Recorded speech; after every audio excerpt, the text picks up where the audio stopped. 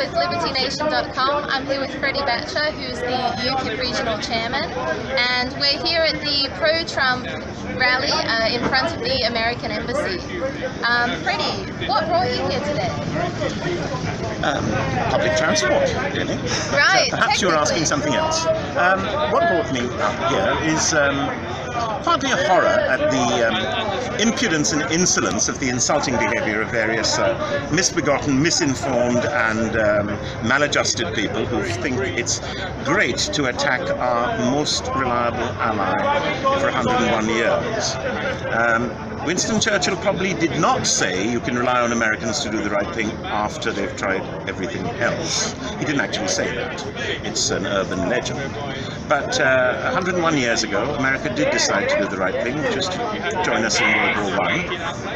And without America in World War II, it's my considered opinion that we would have lost, and the world would have been subjected to an unparalleled epoch of darkness from which we certainly wouldn't have recovered. So we're grateful to the US, and we remain grateful, and we think it's just bad manners to not show this from time to time. President Trump does say and do certain things which perhaps sometimes one thinks, oops, but he then sometimes corrects it and reports it as fake news.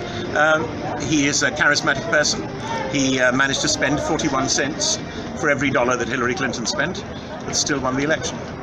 And that's not the sign of the dim-witted person who the liberal media likes to pretend Trump is. I take him to be a shrewd calculator, and while I do believe I would prevail against him at chess, I wouldn't turn up drunk. Okay, so what do you think of Trump's policies? Which particular policies? In general, he is fairly unique in that he actually says he's going to do things, and then he does them. That is the most fundamental of policies, that his policies actually turn into action. Half the things which he's being blamed for by misinformed media are in fact things which were started or continued by his predecessor, President Obama. For example, the ban on travel from predominantly Muslim countries, Obama. The starting of the building of the wall with Mexico, Obama. Mass deportation of illegal immigrants, 3 million of them, Obama. I'm not saying Obama was right or wrong, but Obama did these things while pretending to sycophantic liberal media to not be doing them. Trump says he's doing them, does them, and then gets attacked for it. I actually went to the United States in 2008 in Michigan, where I spent almost all my time. The rest was in Massachusetts, a very, very different type of place. Campaigning against Sarah Palin, about whom I was terrified. John McCain was a good sort. His medical file was 600 pages long. People with that level of medical history, they're only a couple of heartbeats away from a heart attack, in which case we'd have had Sarah Palin as President of the United States, and I'd been terribly afraid. She seemed to talk about the apocalypse and Armageddon with great frequency and not necessarily with great fear, something she was looking forward to. I prefer to the nuclear button to be well away from somebody like that. Now Obama let me down. He promised me, and everyone else, that he was going to shut down Guantanamo Bay, which is a breeding ground for terrorists. In fact, he did nothing of the sort. What he did was continue it.